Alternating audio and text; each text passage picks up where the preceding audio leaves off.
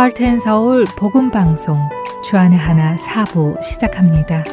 주안의 하나 4부는 신앙의 기초부터 세워나가는 프로그램들로 알차게 꾸려져 있습니다. 믿음의 기초적인 개념들을 배우는 하트앤서울 복음방송 신앙교실과 성경 속 단어들의 의미를 정리하는 오늘의 성경 단어, 그리고 은혜의 설교, 성경 66권의 배경을 간략히 설명해 드리는 성경 산책이 준비되어 있습니다. 먼저 신앙의 기초를 세워나가는 하트앤서울 복음방송 신앙교실로 이어집니다.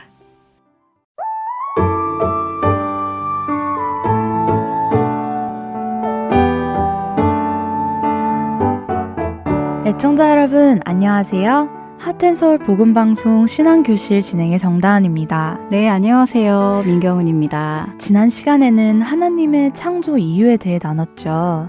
하나님은 사랑이시기 때문에 그 사랑을 나누기 원하셔서 우리를 창조하셨다는 이야기였어요. 네.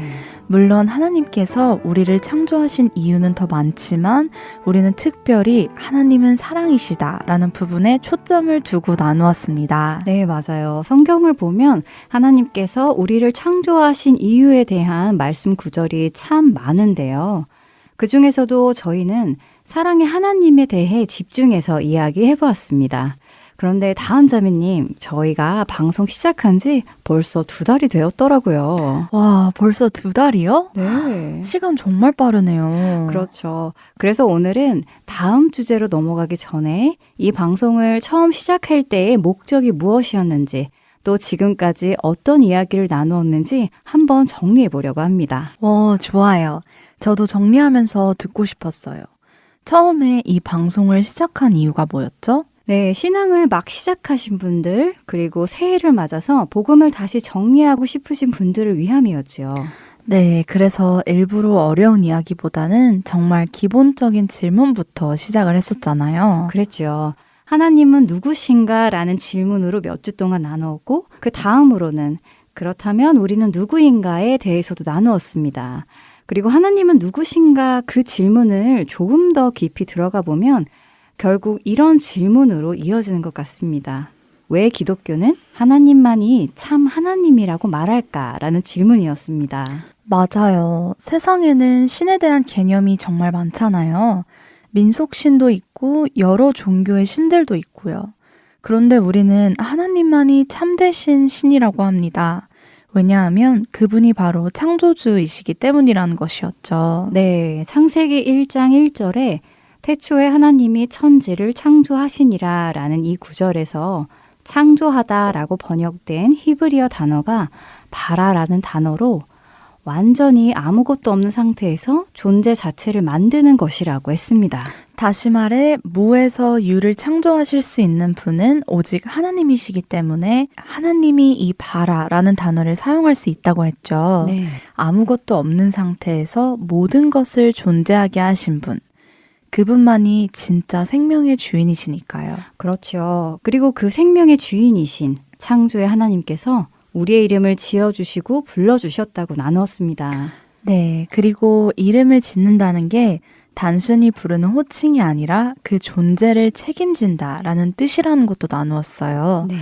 부모가 아이 이름을 지을 때 그 인생을 축복하며 책임지겠다고 다짐하는 것처럼요. 네.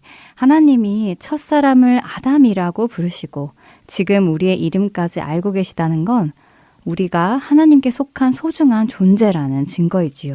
너는 내 것이고 내가 너의 삶을 끝까지 책임지겠다 라는 이 선언이 들리는 것 같아요. 저는 이 말이 난 이 세상에 혼자가 아니구나 라는 큰 위로로 다가오더라고요. 내 삶이 어쩌다 생긴 우연이 아니라는 확신도 들고요. 네, 그렇죠. 나를 지으신 분이 분명한 목적을 가지고 지금도 나를 돌보고 계신다는 믿음이니까요. 네, 결국 신앙이라는 건 나를 지으시고 지금도 내 이름을 다정하게 부르시는 그분을 신뢰하는 것부터 시작되는 것 같아요. 네, 바로 그 믿음의 지점이 우리 신앙과 새로운 삶이 시작되는 아주 소중한 출발점입니다. 이렇게 하나님이 어떤 분이신지를 알면 알수록 그 앞에 선 우리가 어떤 존재인지 보게 되는 것 같았어요. 특히 거룩하신 하나님을 배우면서 우리가 얼마나 거룩하지 못한지, 스스로 거룩할 수 없는 존재인지 알게 되었어요. 네, 그랬죠. 거룩을 알게 되면 자연스럽게 죄라는 문제에 부딪히게 되죠. 그래서 저희가 창세기 3장을 통해 죄가 처음 들어온 장면을 살펴보았었잖아요. 죄가 무엇인지, 그리고 그 죄가 우리 인간에게 어떤 치명적인 영향을 미쳤는지 말입니다. 다시 생각해도 너무 안타까워요. 네. 원래 인간은 하나님과 정말 가까운 사이였고 아무 막힘 없이 대화하며 화목함을 누리던 존재였는데 그 죄 하나 때문에 그 아름다운 관계가 완전히 깨져버렸으니까요. 네, 너무 안타깝죠. 에덴 동산의 선악과 사건은 배가 고파서 저지른 실수가 아니었습니다. 하나님을 신뢰하지 못하고 또 그분으로 만족하지 못했기에 그분의 말씀을 정면으로 거부한 의도적인 선택이었다는 점이 중요합니다. 나도 하나님처럼 되고 싶다라는 교만, 그리고 분명히 들은 말씀에 대한 불순종이었죠. 네, 그 선택 이후 인간은 겉으로는 살아있었지만 생명이 뿌리이신 하나님과의 관계가 뚝 끊기면서 사실상 영적인 죽음 상태에 빠지게 되었습니다. 몸은 살아있지만 영으로는 죽은 자들. 정말 무서운 말인 것 같아요. 네, 맞아요. 정말 무서운 말이죠. 그래서 우리가 일상에서 느끼는 그 지독한 공허함이나 아픔들이 단순히 운이 없어서 생기는 인생 문제가 아닙니다. 사실은 하나님과의 단절에서 시작된 깊은 갈증인 것이죠. 그래서 결국 신앙이란 내가 어떤 도덕적인 잘못을 했느냐 안 했느냐를 따지기 전에 내가 누구에게서부터 멀어졌는가를 먼저 깨닫는 것입니다. 이 깨닫는 것에 이어서 죄에 대해서도 조금 더 구체적으로 살펴봤잖아요. 그랬죠. 단순히 도덕적인 잘못만을 말하는 게 아니라는 점이 인상 깊었어요. 네, 성경이 말씀하시는 죄는 하나님의 기준에서 빗나간 상태, 알면서도 거역하는 태도, 그리고 무엇보다 하나님의 말씀을 내 기준에 맞게 슬쩍 바꾸어 버리는 모습까지 포함한다고 했죠. 맞아요. 하와가 하나님의 말씀을 조금 완화해서 말했던 장면 있잖아요. 네. 그 아주 작은 왜곡이었지만 그 틈으로 죄가 훅 들어왔다는 설명이 정말 소름 돋았어요. 그렇게 죄가 들어오면서 나타나는 공통 증상이 하나 있는데요. 하나님 앞에서 숨고 책임을 피하고 남 탓을 하는 모습들이 나타난다고 나눴습니다. 아담도 그랬잖아요. 하나님 앞에서 숨어버리고 아내를 탓하고 아내를 주신 하나님까지 탓하던 그 장면. 듣다 보니 그게 딱 지금 우리 모습이더라고요. 네, 그렇죠. 저희 모습과 너무 닮아있죠.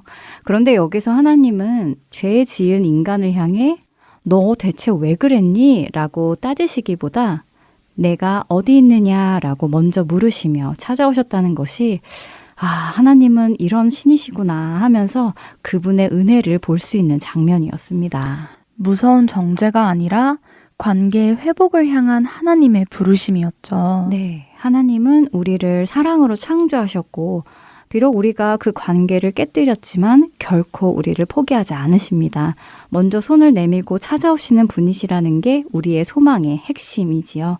그리고 그 하나님의 사랑의 손길 중 다른 하나의 표현법이 훈육이라고 나누었습니다. 신앙생활을 시작하면 오히려 삶이 더 꼬이는 것 같고 하나님이 나를 벌 주시는 건가 싶을 때가 가끔 있죠. 네, 그래서 우리가 나누었던 이야기가 바로 하나님의 징계였지요. 그때 우리가 히브리서 말씀으로 하나님이 어떤 분인지 나누었습니다. 네, 히브리서 말씀처럼 징계가 아예 없다는 건 오히려 하나님과 남남이라는 뜻일 수도 있다는 이야기가 참 무거우면서도 한편으로는 감사하게 들렸어요. 네, 우리가 겪는 고난과 훈계는 하나님이 우리를 포기하셨다는 증거가 아니라 여전히 자신의 자녀로 여기신다는 가장 분명한 증거라는 것이었습니다. 하나님은 우리를 망가뜨리려는 분이 아니라 하나님을 닮아가게 하려고 하시는 분이시니까요. 그래서 징계의 목적이 고통 그 자체가 아니라 하나님의 성품인 거룩함에 참여하게 하려는 과정이라는 설명도 기억나요. 네, 맞습니다. 당장은 너무 아파서 피하고 싶을 만큼 힘들어도 하나님은 그 시간들을 통해 우리 삶에 맺혀질 의와 평강의 열매를 보고 계신다는 것이었지요. 그러니까 힘들 때 하나님이 나를 미워하시나? 라고 묻기보다는 지금도 나를 빚어가고 계시는구나 라고 바라보는 시선이 필요하다는 것이네요. 네, 그렇죠. 그리고 그 모든 이야기의 바탕에는 우리가 이미 나누었던 이 진리가 깔려 있었지요.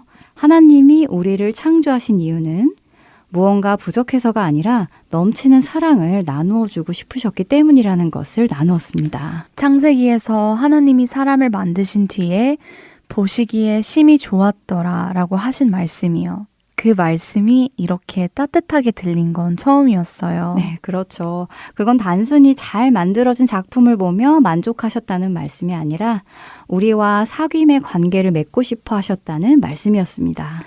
우리는 늘 조건적인 사랑에 익숙하다 보니까 왜 우리 같은 사람을 만드셨을까? 라는 질문을 하게 되었는데요. 그렇죠. 하지만 하나님은 우리가 무언가를 해내기 이전부터 아니 아무것도 하지 않아도 되는 존재 자체로 기뻐하시는 아버지시라는 것을 나누었습니다. 그러고 보니 우리의 존재 이유가 뭔가 대단한 걸 보여주기 위해서가 아니라는 게 마음이 놓이네요. 그렇죠. 우리는 전시물이 아니라 창세 전부터 계획된 하나님의 사랑을 누리도록 부름받은 사랑의 자녀라는 것이죠.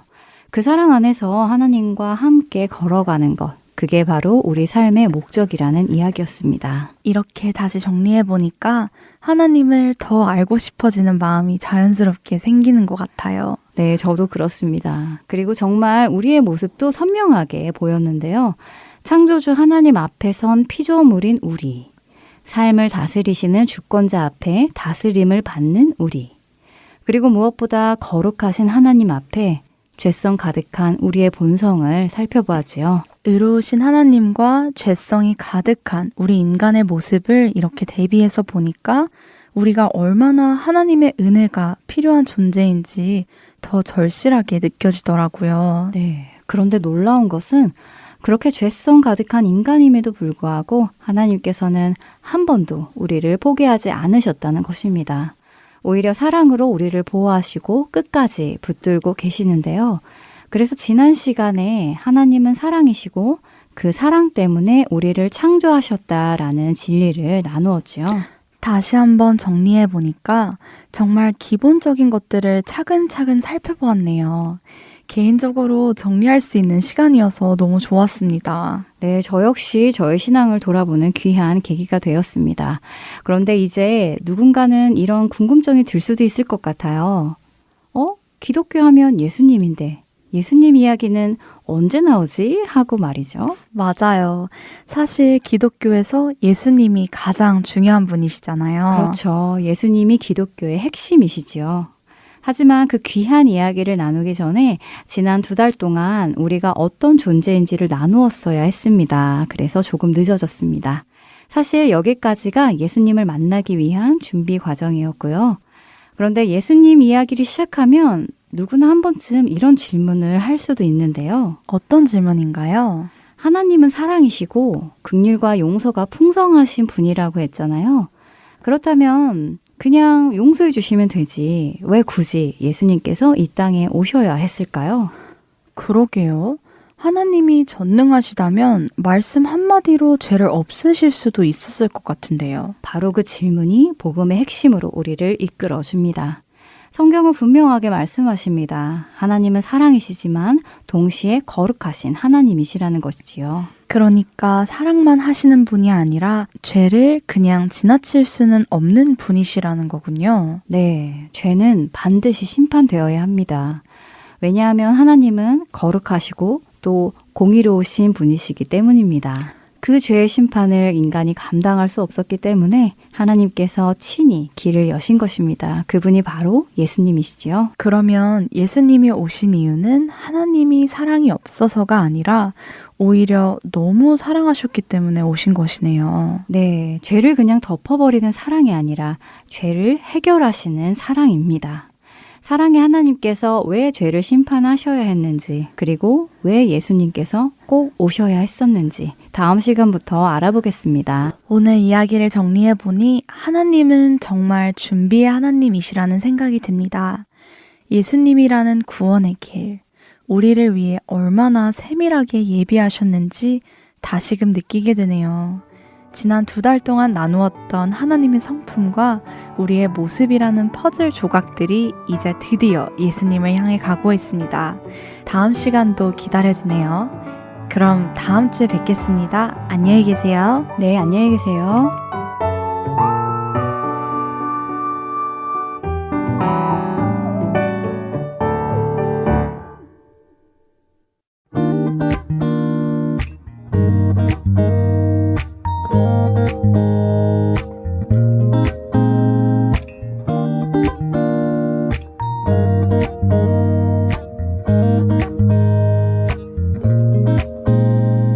소망 없는 내 하루에 소명 없는 우리의 삶에 긴 밤 지나 동터르듯 기쁜 소식 비춰주시네. 여호와의 영이 내리셨으니 여호와의 은혜에 선포됐네. 눈먼 자를 다시 보게 하신 이 복음 함께 선포하세. 하나님이 세상을 이처럼 사랑하사 독생자 주셨으니 이를 믿는 자는 멸망하지 않고 영생을 얻으리라. 주의 복음 선포됐네.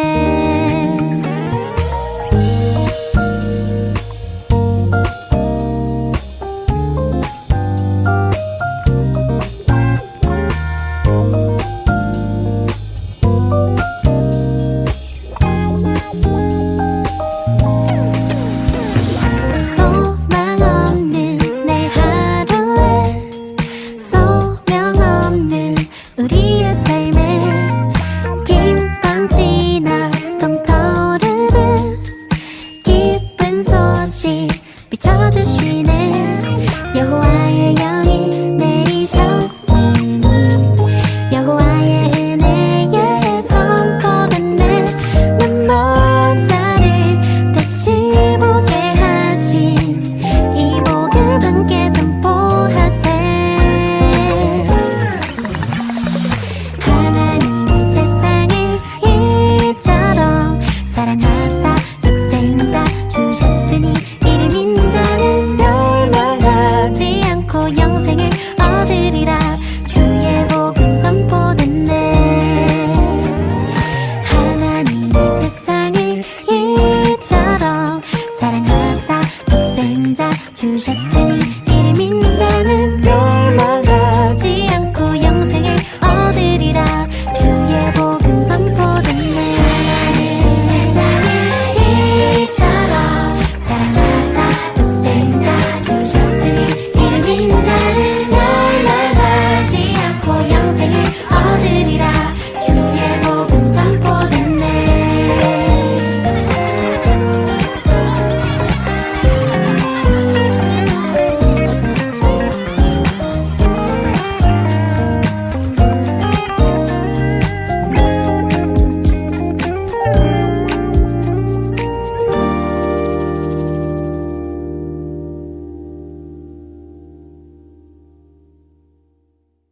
오늘의 성경 단어로 이어집니다.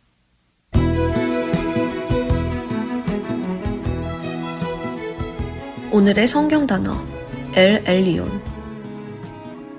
그가 아브람에게 축복하여 이르되 천지의 주제이시오 지극히 높으신 하나님이여 아브람에게 복을 주옵소서. 너희 대적을 내 손에 붙이신 지극히 높으신 하나님을 찬송할지로다. 창세기 14장 19절과 20절 일부의 말씀입니다.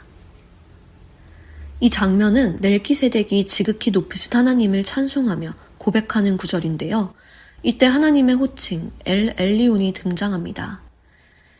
엘은 하나님을 나타내는 히브리 단어이며 엘리온은 높은, 가장 높은을 의미하는 단어입니다.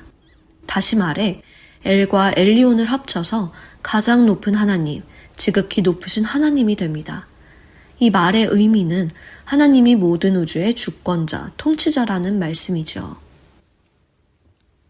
멜기세덱은 신할의 5나라의 연합군을 아브라함이 자신의 종들을 데리고 나가 싸워 승리할 수 있었던 것은 아브라함의 실력이 아니라 모든 만물 위에 계신 지극히 높으신 하나님 때문이라는 것을 아브라함에게 깨닫게 해주며 그 하나님을 찬송하는 것입니다.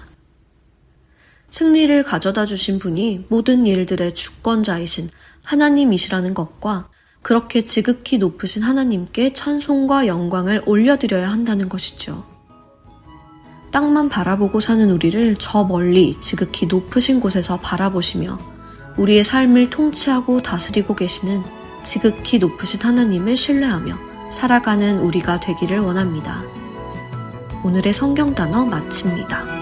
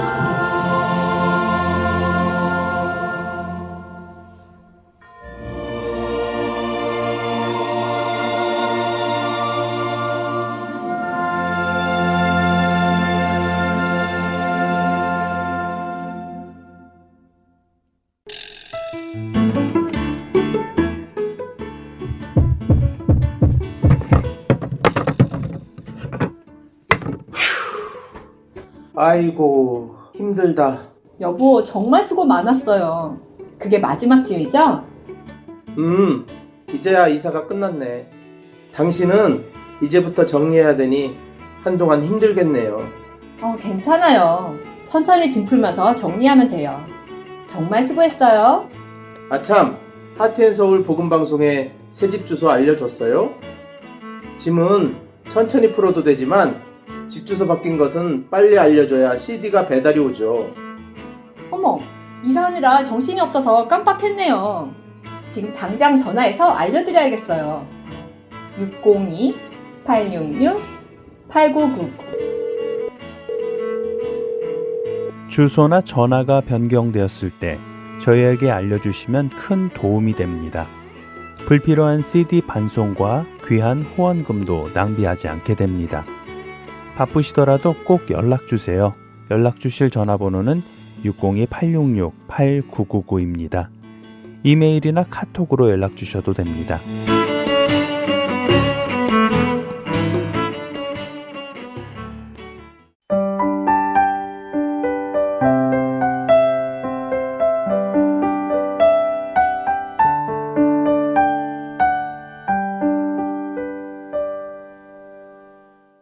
은혜의 설교로 이어집니다.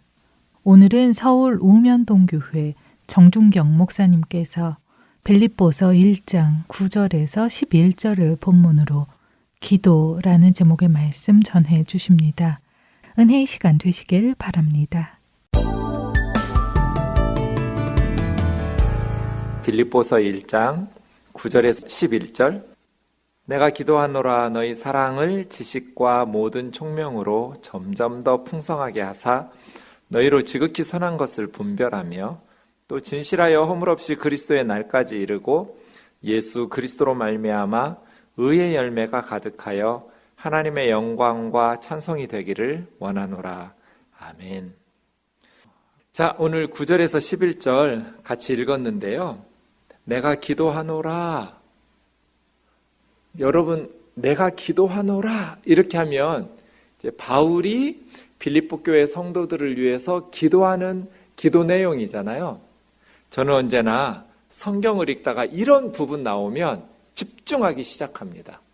여러분도 성경을 읽으시다가 기도하는 내용이 나오면 집중하셔야 돼요. 바울이 빌립보 교회 성도들을 위해서 어떤 내용으로 기도하는지를 주목해 보시기 바랍니다. 저는 가끔 질문 받아요. 목사님 어떻게 신앙생활 해야 돼요? 목사님 어떻게 인생을 살아야 돼요? 이런 질문을 받으면 기도한 내용들, 기도라는 건 그런 거잖아요. 빌립보 교회가 이렇게 살았으면 좋겠다. 빌립보 교회 성도들이 이렇게 신앙생활을 했으면 좋겠다. 뭐 에베소서에 있는 기도랄지 뭐 여러 기도 내용들이 다 똑같습니다. 이런 교회가 되었으면 좋겠다. 이런 성도가 되었으면 좋겠다 하고 어떻게 살아야 될지, 어떻게 신앙생활 해야 될지에 대한 그런 소망이 담겨져 있는 게 기도 내용이잖아요. 그러니까 목사님 어떻게 신앙생활 해야 돼요? 어떻게 살아야 돼요? 그때 우리가 대답해 주기 위해서 필요한 것은 기도의 내용들인 거예요. 주기도문이 그래서 중요한 거죠. 예수님께서 그리스도인은 이런 것을 위해서 살아야 된다. 우리 예수 공동체, 크리스찬 공동체의 인생의 승부를 걸어야 할 5가지 기도 제목. 이렇게 살아야 돼. 이것을 위해서 살아야 되고 이러한 삶을 살아야 돼 하는 것들이 기도 내용 가운데 들어있는 것이죠. 자, 빌립보서 말씀 좀 보겠습니다. 바울은 무엇을 기도하나요? 제가 다시 한번 읽어볼게요. 해석해 보세요. 내가 기도하노라 너희 사랑을 지식과 모든 총명으로 점점 더 풍성하게 하사 너희로 지극히 선한 것을 분별하며 또 진실하여 허물없이 그리스도의 날까지 이르고 예수 그리스도로 말미암아 의의 열매가 가득하여 하나님의 영광과 찬송이 되기를 원하노라. 바울이 빌립보 성도들을 위해서 기도한 기도 내용은 어떤 건가요? 핵심을 잡으면 몇 절, 9, 10, 11절 중에 이 기도 내용 중에 몇 절이 핵심 구절인 것 같으세요? 바울이 빌립보 교회 성도들을 위한 기도 내용 중에 핵심적인 문장은 뭘까요? 이렇게 신앙생활해, 이렇게 인생을 살아야 돼 라고 물을 때 핵심적인 것은 제가 볼 땐 9절이에요. 9절 중에서 너희 사랑을 점점 더 풍성하게 하사. 이 기도 제목, 핵심 기도 내용 같아요. 너희 사랑을 점점 더 풍성하게 하는데 어떻게 사랑을 점점 더 풍성하게 하냐면 지식과 모든 총명으로 풍성하게 하라는 거고요. 너희 사랑을 점점 더 풍성하게 하면 10절, 11절에 4가지가 이루어져요. 4가지도 그냥 아무렇게나 배열된 게 아니에요. 아주 논리적인 순서, 스텝 바이 스텝 이렇게 4가지 순서로 되어 있어요. 그래서 어쨌든 핵심 바울이 빌립보 성도들이 이런 교회, 이러한 가정과 이런 개인의 신앙생활을 하기를 원하는 것의 핵심은 사랑이 점점 더 풍성해지는 그러한 삶이었어요. 생각해보면 진짜 거인의 숲이에요. 하나님께서 우리에게 원하시는 게 뭘까요? 우리가 정말 교회를 위해서, 우리 아이들, 가정을 위해서, 나라를 위해서 구해야 될 가장 중요한 게 뭘까요? 저는 주례를 부탁하러 온 신혼부부, 이제 결혼식을 앞둔 커플들에게 4주간의 결혼 준비 학교를 해요. 결혼 준비 학교 할 때 제가 커플들과 맨 처음 보는 구절이 이 구절이에요. 사랑하니까 결혼하겠죠. 사랑하니까 부부가 되려고 해요. 그런데 너희 사랑이 점점 더 풍성해져야 된다. 어떤 커플은 시간이 흐를수록 사랑이 점점 더 풍성해져요. 그렇게 성숙하게 발전하는 부부가 있고, 대부분은 안타깝게도 사랑으로 시작해서 결혼했지만 그 사랑이 점점 더 풍성해지지를 못하고 점점 더 작아지고 냉랭해지고 차가워지죠. 교회도 그러겠죠? 뭐 위대한 업적 남기면 좋겠죠. 그러나 위대한 업적을 남기는데 하나님께서 우리의 봉사나 능력이 필요한 건 아니잖아요. 사도 바울의 고백처럼 산을 옮길 만한 믿음 있으면 좋죠. 방언, 은사 있으면 좋아요. 모든 비밀과 지식을 아는 영적인 지식, 비밀 아는 그런 지적 능력 다 좋아요. 그런데 사랑이 없으면 그게 무슨 하나님에게 기쁨이 되며 무슨 유익이 되겠어요? 사랑이 없으면 아무 유익이 없잖아요. 부부가 결혼을 해요. 하는 일이 잘 돼요. 그런데 사랑이 없어요. 냉랭해요. 무슨 의미가 있어요? 사랑이 없는 삭막한 가정이 돈이 점점 더 풍성해지고 지식과 권력이 점점 더 풍성해진들 그 가정이 행복하겠어요? 여러분 어떻게 살고 계시나요? 그래서 바울은 교회가 부흥하기를 더 많은 초대교회는 뭐 복음이 전파되지 못하고 있던 상황이니까 그래서 더 많은 지역에 복음이 선교적인 열매로 세워진 교회마다 더 많은 성도들이 모이기를 바울이 이렇게 기도하는 거 보셨어요? 이 박해가 사라지기를, 우리를 박해하는 저 사람들이 빨리 제거되기를 그렇게 기도하는 거 보셨어요? 없어요. 이게 무슨 한가한 이야기인 것 같죠? 순교를 앞두고 엄청난 박해적인 상황에서 지금 교회가 존재하느냐, 그대로 그냥 무너지느냐, 위기적 상황인데 지금 한가하게 사랑 타령이나 할 땐가? 이렇게 생각할 수도 있잖아요. 더 중요한 기도를 해야지 교회의 존립을 위해서, 이 선교적 역사를 위해서, 영적인 싸움을 위해서 이렇게 한가하게 사랑 타령이나 할 때야? 라고 생각할 수도 있어요. 그런데 그 교회의 존립이 무슨 의미가 있냔 말이에요. 그 선교적 열매가 무슨 의미가 있어요? 사랑이 없다면. 사랑이 점점 더 풍성해지지 않는 그러한 선교라면, 사랑이 점점 더 풍성해지지 않는 목회, 그런 교회라면 그것이 하나님에게 어떤 의미가 있을까요? 그리고 그런 교회가 선교적 열매를 맺을 수 있을까요? 없거든요. 그래서 거인의 숲이라고 하는 거예요. 바울은 늘 기도하는 거예요. 바울은 기도의 사람이거든요. 내가 기도하노라. 뭐를? 너희 사랑을 점점 더 풍성해지기를. 여러분, 우리 우면동 교회에 다른 기도 제목들 기도해야죠. 주일학교도 부흥하고 선교사님들을 위해서도 기도하고 늘 우리가 기도 가운데 깨어 있어야 되는데, 그 모든 기도에 가장 우선해야 하고 그 모든 기도의 가장 핵심을 이루어야 될 것이 우리의 사랑이 점점 더 풍성해지기를, 하나님을 향한 사랑도 점점 더 풍성해지고 우리 서로를 향한 사랑도 점점 더 풍성해지고 우리 우면동 교회에 속한 가정이 사랑이 점점 더 풍성해지고, 뭐 돈이 필요 없다, 건강은 필요 없다, 직업도 필요 없다, 사랑만 있으면 된다, 그런 거 아닙니다. 세상적인 모든 것들 다 필요하죠. 그런데 그 모든 것들이 사랑이 있을 때 의미가 있는 거죠. 돈도 필요하고 건강도 필요하고 지식도 필요하고 직장도 필요하고 여러 가지 필요하죠. 하지만 그 모든 것 위에 사랑이 있어야지. 사랑이 없는 돈, 사랑이 없는 지식, 사랑이 없는 건강, 사랑이 없는 직장이나 인간관계 무슨 의미가 있겠어요? 그래서 이 구절을 항상 기억하면서 우리의 기도 제목으로 삼고 기도 제목으로 삼을 뿐 아니라 우리의 간구하는 삶의 목표로 소망으로 삼아야 될 줄로 믿습니다.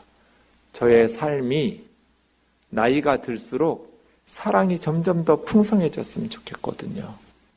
그런데 그러지 않고 반대로 가더라고요. 젊었을 때는 사랑이 있으니까 열정도 있고 뜨거움도 있는데 나이가 들수록 무감각해져요. 현실적으로 변질되고요.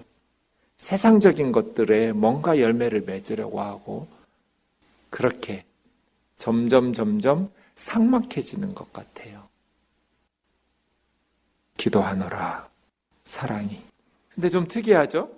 사랑이 점점 더 풍성해지려면 뭔가 감정이 변화돼야 되고 마음이 새로워지고 뜨거워져야 된다고 할 것 같은데 머리를 얘기를 했어요. 지식과 총명은 머리잖아요. 가슴이 아니라. 이게 좀 특이한 것 같아요. 너희 사랑을 지식과 모든 총명으로 점점 더 풍성하게 하사. 우리의 사랑을 풍성하게 하기 위해서 필요한 것은 뜨거운 가슴이 아니라 차가운 지식과 총명. 총명은 분별력이거든요. 선악을 분별하는 그런 분별력. 바른 판단력. 이게 사랑을 풍성하게 한대요. 여러분 히브리서 5장 11절에서 14절을 볼게요. 멜기세덱 이야기가 히브리서의 주제인데요. 이제 멜기세덱의 반차를 따르는 대제사장 예수 그리스도, 이게 히브리서의 주제인데요. 멜기세덱 얘기해야 하잖아요. 할 게 많아요. 중요한 일이에요.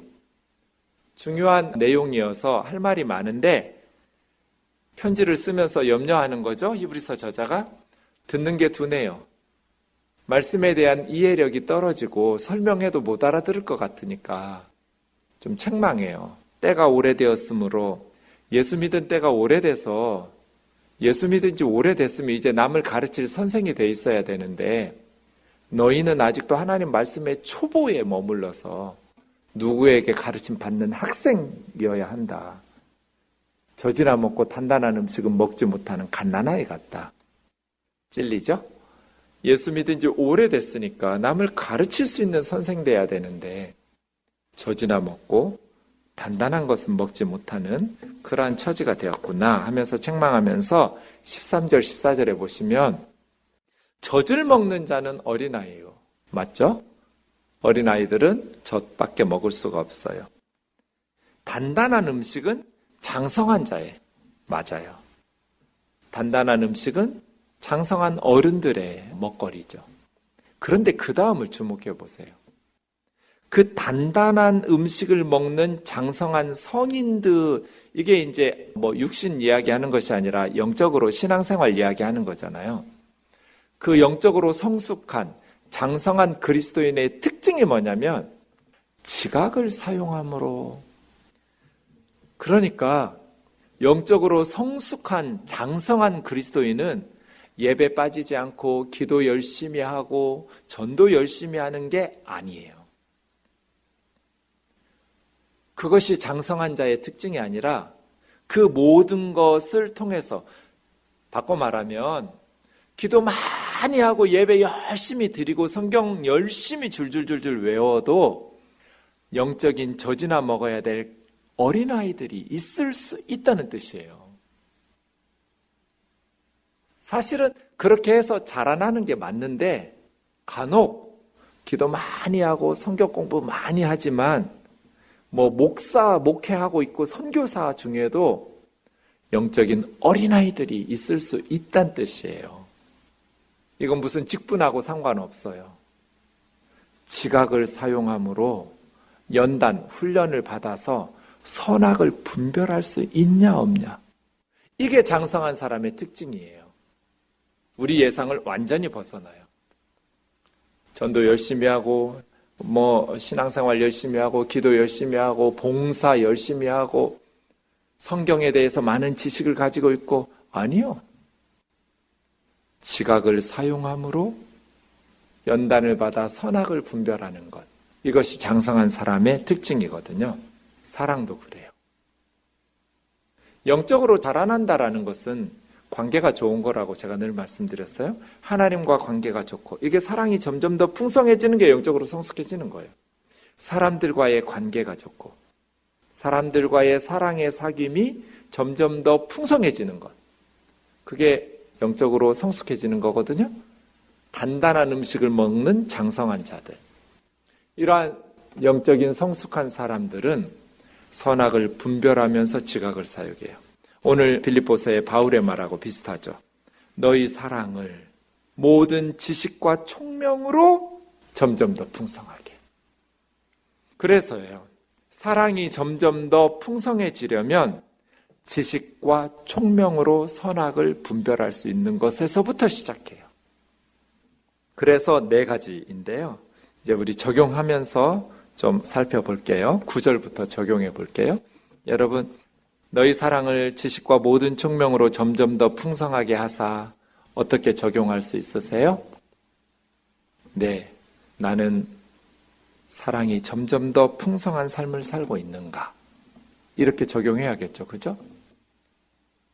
만약에 돈은 점점점 많아지고 세상의 지위는 점점 높아지는데 사랑이 점점 더 풍성해지지 못했다면 우리가 잘못 산 거라고 말할 수 있겠죠?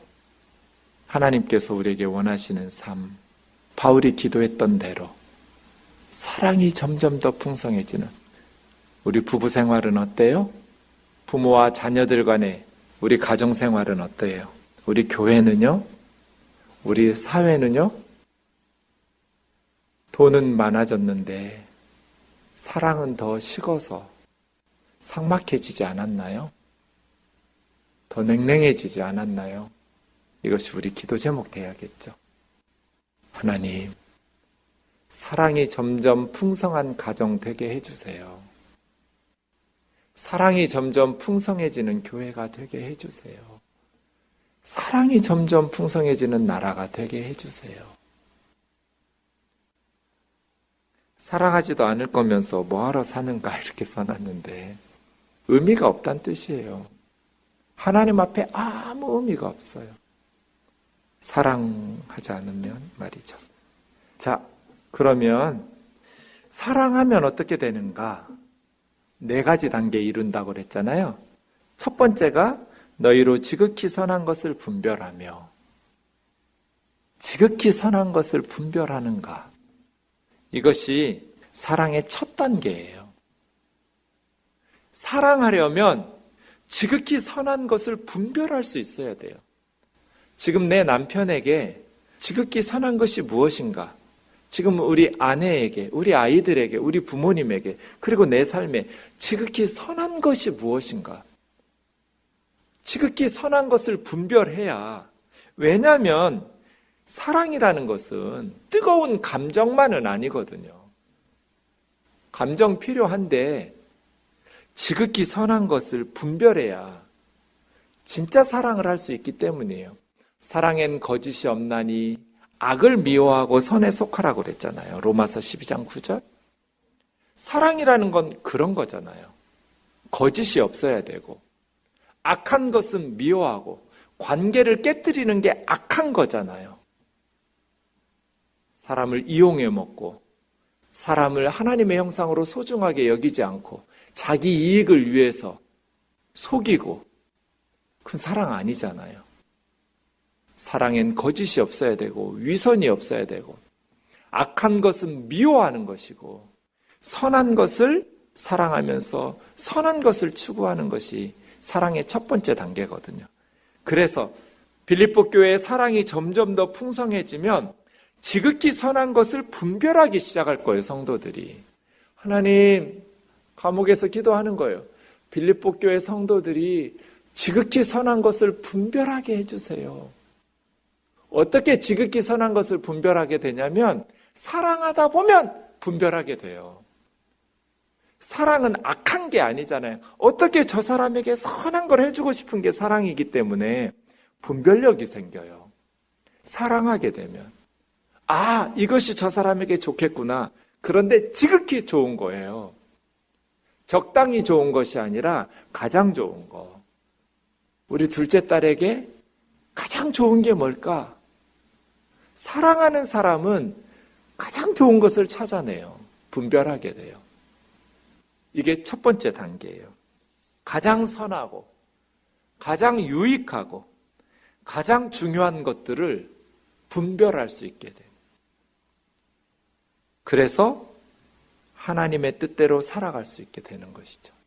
두 번째, 여기 첫 단계에서 지극히 선한 것을 분별부터 해야겠죠? 사랑하려면. 두 번째 단계는 뭐예요? 진실하여 허물 없이 그리스도의 날까지 이르고. 이게 사랑의 두 번째 단계예요. 지극히 선한 것을 분별했어요. 그 다음은요, 그 지극히 선한 것을 분별한 대로 행해야죠. 어떻게? 진실하고 허물 없이. 진실하고. 이 진실이라고 번역된 단어는 원래는 헤일레라는 말이 태양이거든요. 태양빛이에요. 거기서 크리네스하니까 크리노가 재판하다, 분별하다, 판단하다.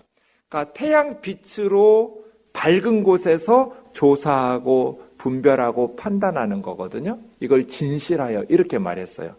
이런 의미겠죠? 태양 아래서 햇빛으로 다 비춰봤을 때 밝히 드러날 거잖아요. 어둡지 않으니까. 그렇게 드러났을 때 불순물과 찌꺼기와 거짓이 없는 진실. 그렇죠? 사랑한다면 부끄러움이 없어야 하잖아요. 거짓이 없어야 돼요. 진실하게 행해야 돼요. 허물이 없다고 번역된 말은 걸림돌이 없는 거거든요. 걸려 넘어지지 않는, 거치지 않는. 그래서 거리낌이 없는. 상대방에게 뭔가 이렇게 속이는 것이 있고 뭔가 좀 마음에 불순물이 있으면 우리가 걸림돌이 생기잖아요. 그런 게 없는. 정말 상대방을 향해서 아무 거리낌이 없는. 이게 사랑의 두 번째 단계예요. 지극히 선한 것을 분별해야 돼요. 첫 단계. 분별한 다음 두 번째 단계는 뭐예요? 진실하고 허물 없이 대하는 거예요. 그렇게 살아가는 것. 언제까지? 예수님 다시 오시는 날까지. 그리스도의 날까지.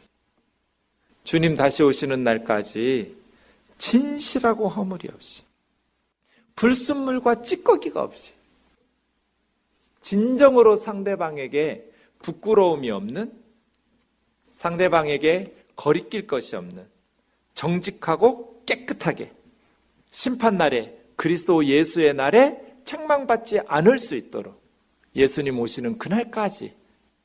이게 두 번째 단계예요. 그 다음 세 번째 단계는 뭘까요? 그리스도 예수로 말미암아 의의 열매가 가득하여. 예수 그리스도 안에서 의의 열매가 가득한 것 세 번째 단계. 바울은 그냥 이 말했다가 저 말했다가 기도하지 않아요. 정확한 순서가 있어요. 대전제는 사랑이 점점 더 풍성해지는 교회 되는 거예요. 사랑이 점점 더 풍성해지려면 첫 번째, 선악을 분별해야죠.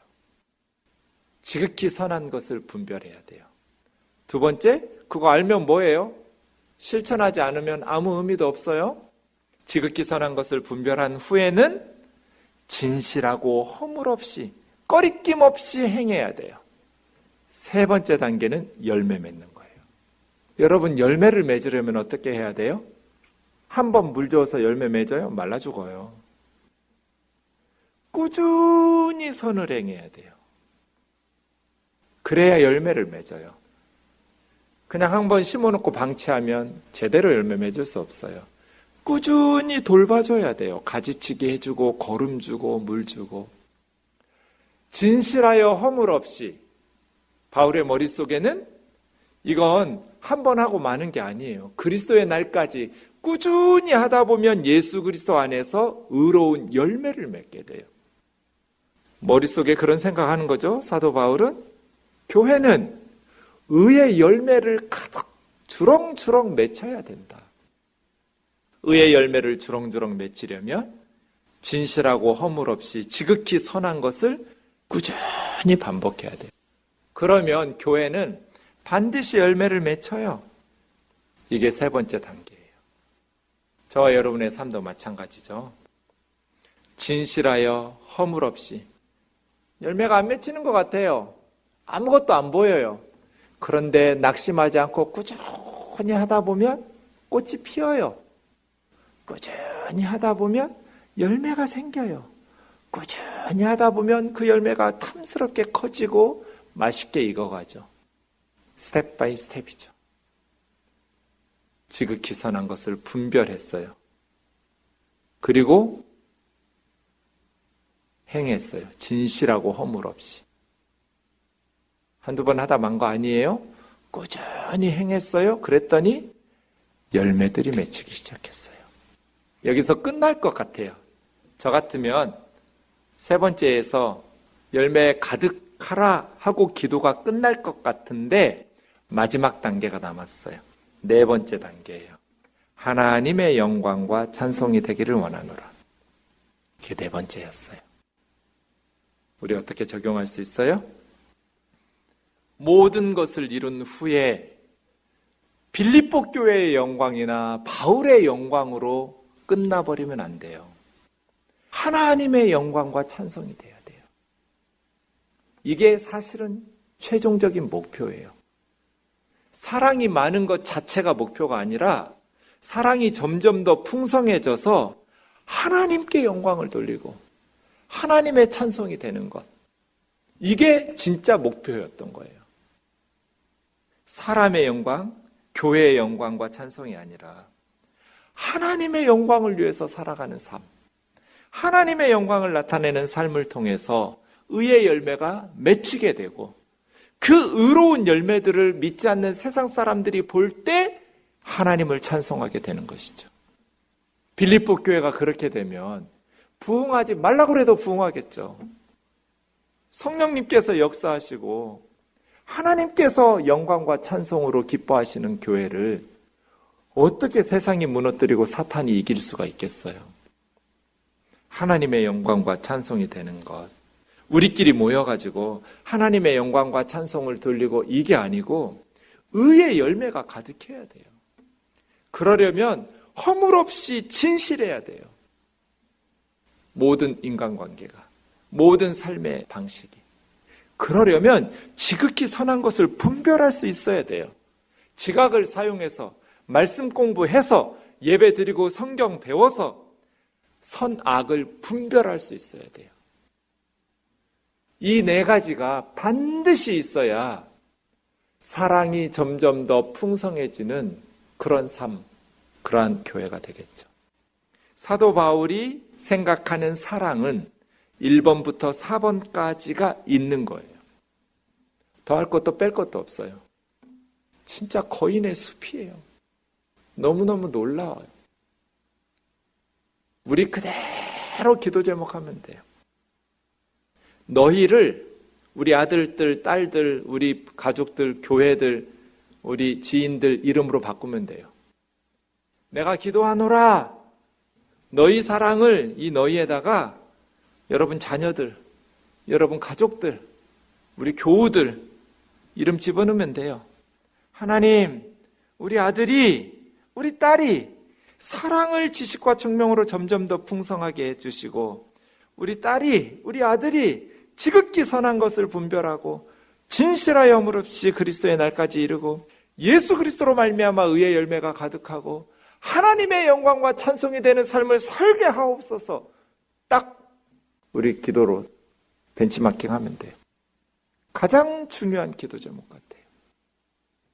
가정이 행복하려면, 가정이 화목하려면 너희의 사랑이 점점 시간이 흐를수록 더 성숙하게 발전해야 된다. 점점 더 풍성해져야 된다. 사랑이 점점 더 풍성해진다는 것은 이런 4단계를 거쳐요. 4가지 요소가 반드시 있어야 된다. 기도 제목으로 삼아라. 이것을 위해서 항상 하나님 앞에 구하고 간구하라고 가르쳐요.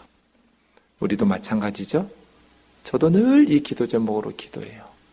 하나님, 우리 가정이, 우리 교회가, 우리 사회가 모든 지식과 총명으로 사랑이 점점 더 풍성해지게 해주세요. 지각 없는 짐승처럼 살지 말게 해주시고 지극히 선한 것을 분별하면서 살게 해주세요. 선한 것을 분별하고 끝내지 말게 하시고 분별했으면 실천하면서 진실하게 허물없이 살게 해주세요. 한두 번 하다가 멈추지 말고 의의 열매가 맺힐 때까지 예수 그리스도로 말미암아 선하고 의로운 열매가 풍성히 맺힐 수 있도록, 그거 다 맺힌 후에 담임 목사 영광으로 끝나버리고 세습하고 이런 식으로 인간적인 잔치로 끝내지 말고 하나님 일 실컷 열심히 해놓고 다 그 영광 자기가 가로채면서 멸망으로 지옥으로 끌려가지 말고 하나님의 영광과 찬송이 되게 해달라. 하나님의 영광과 찬송이 되기를. 더할 것도 뺄 것도 없죠. 그러한 삶 살아가는 저와 여러분 되기를 주의 이름으로 축원합니다. 아멘.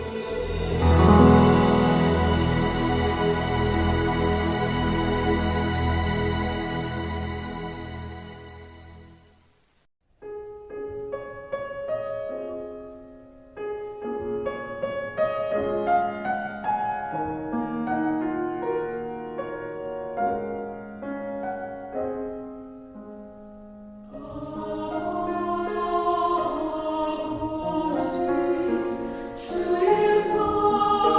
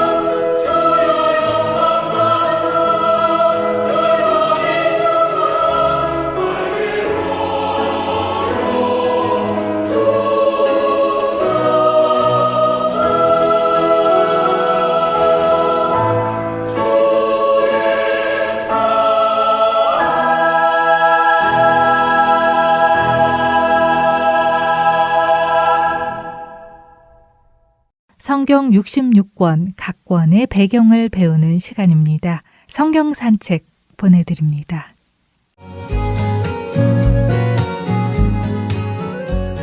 애청자 여러분 안녕하세요. 여러분이 직접 성경을 읽으실 때 도움이 되도록 성경 각 권의 배경과 내용을 간단히 설명해 드리는 프로그램 성경 산책 진행의 함혜진입니다. 오늘은 구약 성경 중 사무엘서에 대해서 함께 알아보겠습니다. 지난 시간 룻기까지 나누었는데요. 기억나시죠? 우리가 나누었던 것처럼 사사기와 룻기는 같은 사사시대라는 시대적 배경을 가지고 있었습니다. 사사시대를 한마디로 정리하면 사사기 21장 25절 말씀처럼 이스라엘 왕이 없으므로 사람이 각기 자기 소견에 옳은 대로 행했던 시대이지요. 왕도 없고 하나님의 말씀도 읽지 않아 기준도 없고 질서까지 무너진 혼란의 시대. 사무엘서에 들어오면서 그 혼란했던 시대가 큰 전환점을 맞이하게 됩니다. 왕이 없던 시대에서 왕이 있는 시대, 즉 왕정시대로 들어가게 되지요. 그 이야기가 바로 사무엘서입니다. 하지만 이스라엘이 왕정시대로 들어가는 것이 좋은 것은 아니었습니다. 왜냐하면 이스라엘 백성들의 왕은 하나님이셨기 때문이지요. 그러나 그들은 하나님이 아닌 인간 왕을 원했습니다. 다른 나라들처럼 말입니다. 하나님께서는 그런 이스라엘 백성들의 모습을 보시며 그들이 나를 버려 자신들의 왕이 되지 못하게 하려 함이니라. 사무엘상 8장 7절에 말씀하시지요. 사무엘서에는 정말 많은 인물들이 등장합니다. 그리고 이 책을 읽다 보면 자연스럽게 어떤 사람이 하나님이 기뻐하시는 지도자인가, 또 반대로 어떤 선택이 한 나라를 무너뜨리는가 라는 것에 대해 배우게 됩니다. 그래서 사무엘서는 참된 지도자는 하나님 앞에서 어떤 선택을 해야 하는지를 아주 상세하게 보여주는 책이라고 할 수 있지요.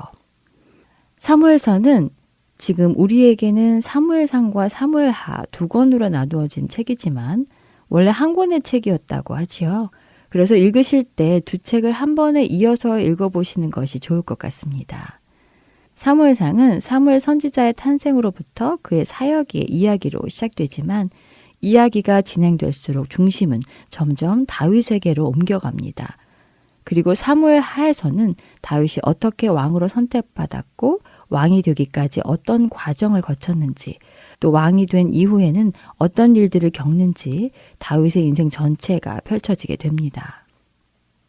그러다 보니 사무엘보다 다윗 이야기가 훨씬 많은데 왜 책 이름은 사무엘서일까라는 질문이 자연스럽게 생기기도 하는데요. 그러게요. 왜 다윗이 아닌 사무엘로 이름이 지어졌을까요? 간단하게 말씀을 드리자면 그 이유는 이 책에 단순히 다윗이라는 영웅의 개인 기록이 아니라 하나님이 다스리시는 왕정 역사가 어떻게 시작되었는지를 보여주는 책이기 때문입니다. 그리고 그 역사의 문을 연 사람은 바로 사무엘 선지자이지요. 다윗이라는 한 인물을 높이기 위한 위인전이 아니라 하나님께서 선지자를 통해 어떻게 이스라엘의 왕을 세우시고 그 왕권을 어떻게 유지하시며 또 어떻게 폐하시는지가 기록되어 있지요. 이런 이유로 이 왕정 역사의 출발점이 된 사무엘의 이름이 책 전체의 성경을 가장 잘 보여준다고 보아서 사무엘서라는 이름이 붙게 된 것입니다. 또한 사무엘 선지자를 이해해야 하는 것도 참 중요합니다. 사무엘은 엉망진창이었던 사사시대의 마지막 주자이면서 동시에 새로운 왕정시대를 연 첫 번째 선지자로 쉽게 이해하자면 구시대와 새시대를 잇는 다리 역할을 한 셈입니다. 더 나아가 사무엘 선지자는 이스라엘의 첫 번째 왕인 사울 그리고 위대한 왕 다윗 이 두 사람 머리에 직접 기름을 부어 왕으로 세운 선지자이기도 합니다. 이렇게 왕정시대를 연 사무엘의 상징성이 너무나 크기 때문에 책 전체 이름을 그의 이름으로 부르게 된 것이라고 학자들은 설명합니다. 그럼 사무엘서는 어떻게 구성이 되어 있을까요? 먼저 사무엘상은 총 31장으로 되어 있습니다. 1장부터 7장까지는 사무엘 선지자의 등장과 함께 왕이 없어 혼란했던 사사시대가 마무리되는 과정이 나옵니다. 8장부터 15장에서는 이스라엘의 첫 번째 왕인 사울이 세워지지만 하나님의 말씀에 순종하지 않는 사울의 불순종과 몰락이 기록되어 있지요. 16장부터 31장에는 다윗이 본격적으로 등장합니다. 다윗은 하나님의 사람으로 기름 부음을 받고 골리앗을 물리치며 명성을 얻지만 곧 사울의 질투로 인해 오랜 시간 도망자의 삶을 살게 되지요. 하지만 31장에 들어가면 다윗을 쫓던 사울 왕이 블레셋과의 전투 가운데 죽음을 맞이하게 되며 마치지요. 이어지는 사무엘하는 총 24장으로 구성되어 있는데요. 1장부터 10장까지는 다윗이 사울의 뒤를 이어 왕이 되고 통일 이스라엘의 왕으로 세워지는 과정이 나옵니다. 이 가운데 하나님께서 다윗에게 그의 왕위가 영원할 것이라는 언약도 맺으시며 은혜 충만한 장면들이 이어집니다. 하지만 그 은혜 충만했던 다윗의 이야기는 11장부터 분위기가 완전히 달라지는데요. 바로 다윗이 밧세바라는 자신의 충신의 아내를 탐하여 간음하고 그 남편까지 죽음에 몰아넣는 큰 죄를 범하게 됩니다. 다윗은 후에 하나님께서 보내신 나단 선지자를 통해 회개하지만 그 죄의 결과로 인해 다윗은 가정과 나라 안에서 수많은 고통과 시련을 겪게 됩니다. 이 내용이 20장까지 이어지지요. 사무엘하 21장부터 24장은 다윗이 죽기 전까지 겪은 일들이 기록되어 있고 특히 인구조사를 하며 교만을 범한 후 회개하고 제단을 쌓음으로 하나님의 재앙이 멈추는 장면으로 사무엘하는 마무리됩니다. 그리고 사무엘 상하는 공통적으로 우리에게 이것을 말해줍니다. 사사시대처럼 혼란한 시대에도 하나님이 왕위 되시는 것이 싫어 사람을 왕으로 세우는 왕정시대 속에서도 하나님께서는 여전히 자신의 백성을 포기하지 않으시고 버리지 않으시며 끝까지 돌보시며 인도하신다는 사실입니다. 왕은 하나님을 대신하여 백성을 보호하고 인도해야 할 책임이 있었고 삶으로 본을 보여야 했습니다.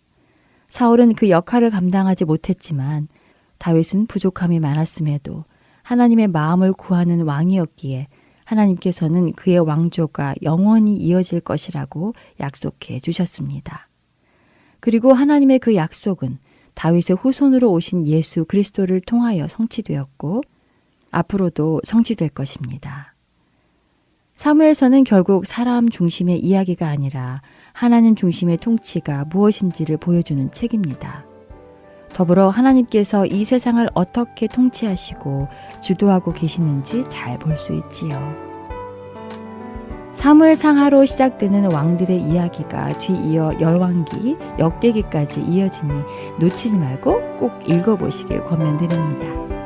성경산책 사무엘서 여기에서 마칩니다.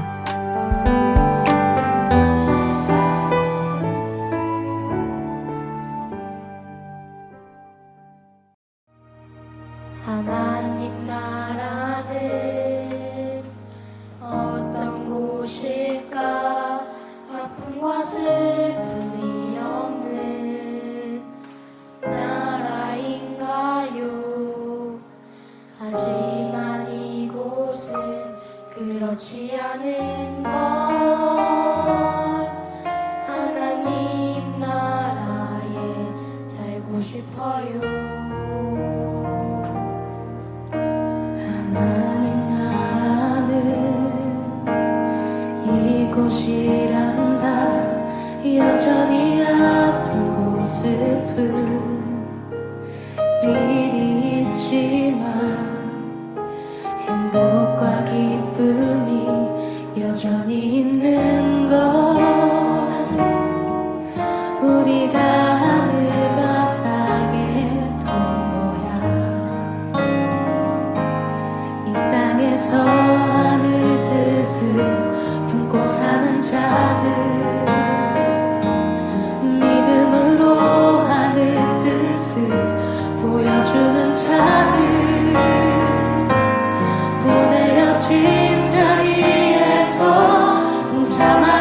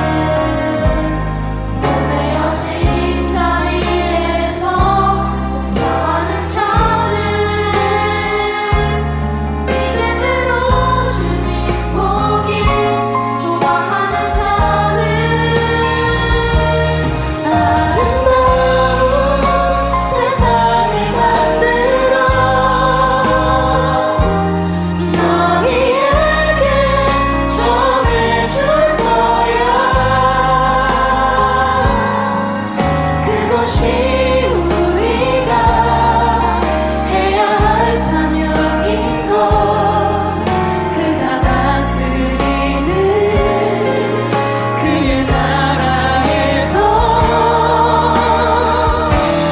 하나님이 세상을 지으사 회복하고 통치하시네 주님이 이곳에 나타나오시는 날 세상과 우리는 완전하게 변할 거야.